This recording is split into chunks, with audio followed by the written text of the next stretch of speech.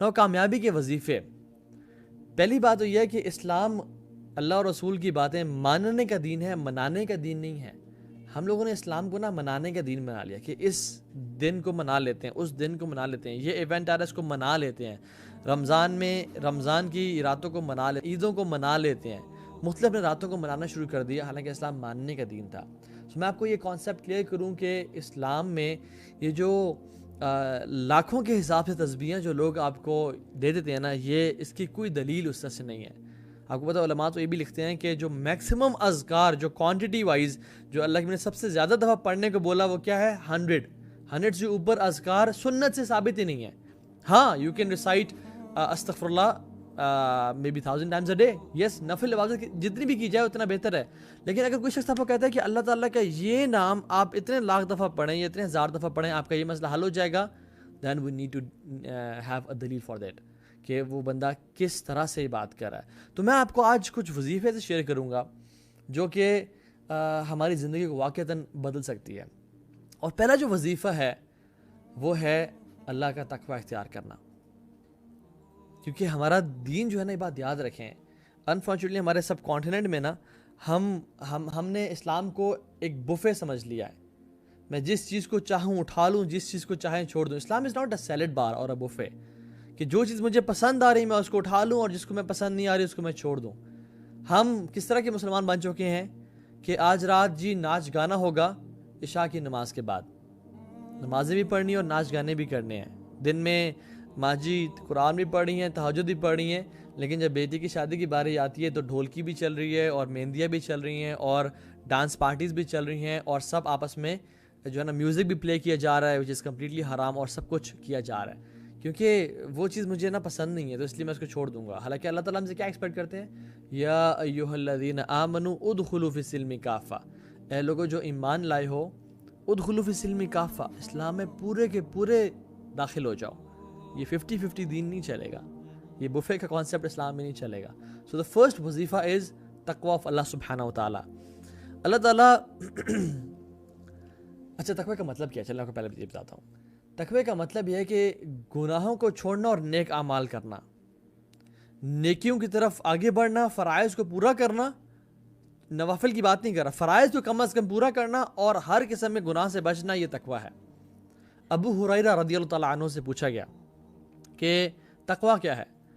تو انہوں نے اس شخص سے پوچھا، کاؤنٹر کوشچن کیا کہ تم کبھی ایک ایسے راستے سے گزرے ہو جہاں پہ کانٹے ہی کانٹے ہوں، جہاں پہ جھاڑیاں ہوں، تو تم کس طرح گزرتے ہو اس راستے سے؟ تو انہوں نے کہا کہ میں اپنے کپڑوں کو بہت سنبھال کے اور سمٹ کے گزرتا ہوں اور ہر کانٹے سے بچتا ہوں، کہیں وہ کانٹا چبھ نہ جائے اور میرے کپڑے پھاڑ نہ دے، مجھے زخمی نہ کر دے. تو انہوں نے کہا ہاں یہی تقوی ہے کہ تم اپنی زندگی کا راستہ اس طرح گزارو کہ ہر ایک گناہ سے کانشیس رہو اور اس گناہ سے بچنے کی کوشش کرو. یہ تقوی ہے.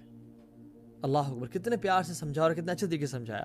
اور اللہ سبحانہ تعالیٰ کہتے ہیں واتقوا اللہ ویعلمکم اللہ، تم تقوی اختیار کرو، تمہاری زندگی میں جو مصیبتیں ہیں، مشکلات ہیں، تمہیں پتہ نہیں ہے کہاں جانا، اللہ تعالیٰ تمہیں گائیڈ کر دیں گے، تمہیں سمجھا دیں گے، تمہیں راستہ دکھا دیں گے. واتقوا اللہ ویعلمکم اللہ، تمہیں اللہ تعالیٰ سمجھا دیں گے، بتا دیں گے کہ اصل راستہ کون سا ہے. واللہ بکل شیء علیم، اور اللہ تعالیٰ ہر چیز کو جاننے والے ہیں. علام الغیوب تمہیں راستے کی طرف گائیڈ کر دے گا. اور سبحان اللہ اس طرح کی بہت ساری قرآن کی جو ہے نا وہ آیات ہیں جس کو ہم ذکر کرتے ہیں. پہلی سورۃ طلاق کی آیت، وَمَن يَتَّقِ اللَّهَ يَجْعَلْ لَهُ مَخْرَجًا، جو بھی اللہ کا تقوی اختیار کرتا ہے یجعل لہ مخرجا، اللہ تعالیٰ اس کے لیے مخرج بنا دیتے ہیں. فار ایگزامپل اگر یہ جو آفس ہے یہ اس پہ اگر دروازہ ہے نا دیر از آلریڈی اے مخرج، لیکن امیجن میں ایسی جگہ پھنس گیا ہوں جہاں پہ کوئی مخرج ہی نہیں ہے، وہاں سے بھی اللہ تعالیٰ مخرج کا راستہ بنا دیتے ہیں، مینز این ایگزٹ بنا دیتے ہیں جہاں سے میری لائف میں اس کو آرام سے سوائپ کر کے میں نکل جاؤں گا. وَمَن يَتَّقِ اللَّهَ، مئی کا مطلب ہے کیا ہے؟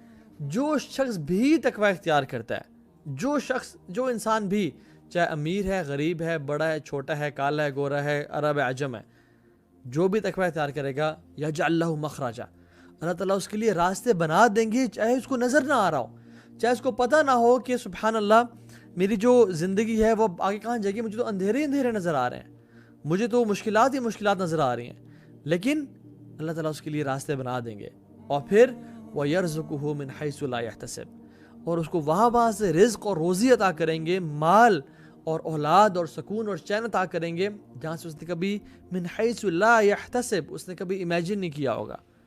پھر آپ فرماتے ہیں وَمَن يَتَقِ اللَّهَ يُكَفِّرْ عَنْهُ سَيِّئَاتِهِ وَيُعْظِمْ لَهُ أَجْرًا، جو بھی تقوی اختیار کرے گا ہم اس کے گناہوں کو معاف کر دیں گے اور اس کے درجات کو بلند کر دیں گے۔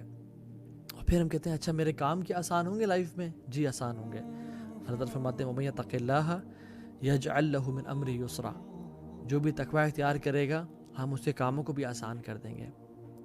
ایک شخص تھا، بڑا نیک انسان تھا، حاتم الاسم ان کا نام تھا۔ وہ شخص انہوں نے اپنی خواہش ظاہر کی اپنی بیوی سے کہ میں اس دفعہ حج کرنا چاہتا ہوں، لیکن میرے پاس پروویژن نہیں ہے اتنا کہ میں تم لوگوں کو پرووائڈ کر سکوں، کچھ مہینوں کا تو ہے لیکن اس سے زیادہ نہیں ہے۔ اینڈ ریممبر کہ ان ڈیز میں جو حج کا سفر تھا وہ 15 دن یا 40 دن کا نہیں تھا، وہ مہینوں کا سفر تھا، جس میں انسان جب ایک دفعہ نکلتا تھا تو اس کے واپس سے آنے کے چانسز کم ہوتے تھے، بیکاز وہ گھوڑوں کے ذریعے، اونٹوں کے ذریعے اور گدھوں کے ذریعے ٹریول کر کے جانا پڑتا تھا۔ تو سبحان اللہ وہ جب انہوں نے بات کی تو ان کی بیوی نے کہا کہ ٹھیک ہے اگر آپ کے پاس پروویژنز نہیں ہے تو پھر آپ رک جائیں، نہ جائیں، اور کیا ہو سکتا ہے، یہی ہمیں سے ہر بندہ جواب دیتا ہے نا۔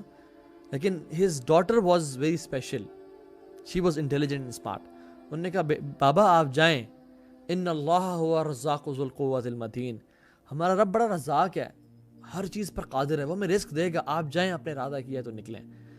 ہی ٹوک کریج فرام ہر اسٹیٹمنٹ، اور وہ نکل پڑے۔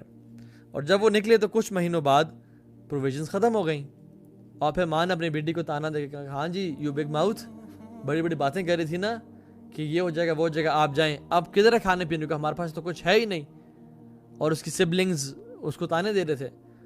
تو شی وینٹ ٹو ہر روم، اور پھر اس نے کہا اللہم انت قلت وقولک الحق، یا اللہ آپ نے کہا ہے اور آپ کا جو قول ہے وہ سچا ہے۔ ومن یتق اللہ یجعل لہ مخرجا ویرزقہ من حیث لا یحتسب، کہ جو بھی اللہ کا تقوی اختیار کرتا ہے اللہ تعالیٰ آپ اس کے لیے راستے بنا دیتے ہیں اور اس کو وہاں سے رزق روزی عطا کرتے ہیں جہاں سے اس نے کبھی امیجن نہیں کیا ہوتا۔ اینڈ سبحان اللہ as soon as she makes this دعا، اور اپنے ہاتھ اٹھا کے اللہ کے سامنے اس نے اپنی فریاد رکھی، اس کے گھر کا دروازہ نوک ہوتا ہے اور وہ باہر دیکھتی ہے کہ جو شہزادہ ہوتا ہے، جو بادشاہ ہوتا ہے، اس کا انٹوراج گزر رہا ہوتا ہے اور بادشاہ کے انٹوراج کے پاس پانی ختم ہو جاتا ہے۔ تو بادشاہ پانی ڈیمانڈ کرتا ہے، تو جب پانی ختم ہوتا ہے تو کہتا ہے کسی کے گھر سے چل کے پانی لے کے آؤ، تو اس کے جو گارڈ ہوتا ہے وہ اس کے دروازہ نوک کرتا ہے اور کہتا ہے کہ بادشاہ سلامت پانی مانگ رہے ہیں۔ تو کیا ہوتا ہے کہ وہ جاتی ہے اور اس پانی کو بڑا ڈیکوریٹ کرتی ہے، کیونکہ حدیث میں کیا آتا ہے انزل الناس منازلہم، لوگوں کے رتبے کے حساب سے ان کو ٹریٹ کیا کرو، ان کو عزت دیا کرو۔ تو وہ اس کو بڑا اچھا ڈیکوریٹ کر کے اس کو پریزنٹ کرتی ہے، اور سبحان اللہ اللہ سبحانہ و تعالیٰ نے اس پانی میں اس بادشاہ کے لیے ڈیلائٹ اور ایک سکون رکھ دیا۔ جب اس نے پیا تو اس نے کہا کہ یہ کس کے گھر سے آیا ہے، this water has really some thing special and delight. تو اس نے کہا کہ یہ وہی جو دا فیمس عابد حاتم الاسم کے گھر سے آیا ہے۔ تو انہوں نے کہا اچھا اسی گھر سے آیا تو سب اس کو سلام کرتے ہیں؟ تو انہوں نے کہا نہیں وہ تو حج پہ گئے ہوئے ہیں۔ کہتے اچھا حج پہ گئے ہوئے تو پھر ان کے گھر والوں کی رسپانسبلٹی ہمارے اوپر ہے، وہ ہمارے مہمان ہیں۔ اور پھر انہیں گھر کے وہ قریب گیا، اور اس ٹائم پہ گولڈ کے کوائنس کے نا کچھ سیکس ہوتے تھے جس سے ہم بند کرتے تھے، تو اس نے نکالا اور اسے گھر میں پھینکا، اور پھر فرمایا کہ جو شخص مجھ سے محبت کرتا ہے do as what I have did, جو میں نے کیا اسے کرو۔ تو پھر سب سبحان اللہ انٹوراج نے ان کوائنس کو نکالا اور اسے گھر میں پھینک دیا، اور کچھ ہی دیر میں وہ ڈھیر اکٹھا ہو گیا۔ تو وہ لڑکی جو تھی وہ رونے شروع ہو گئی۔ تو اس کی ماں نے کہا کہ تمہارے پہ تف ہے اور عجیب ہو تم، جب ہمارے پاس کچھ نہیں تھا تم مسکرا رہی تھی، اللہ نے ہم پہ بارش کی سونے چاندی کی بارش برسا دی، اب تم رو رہی ہو۔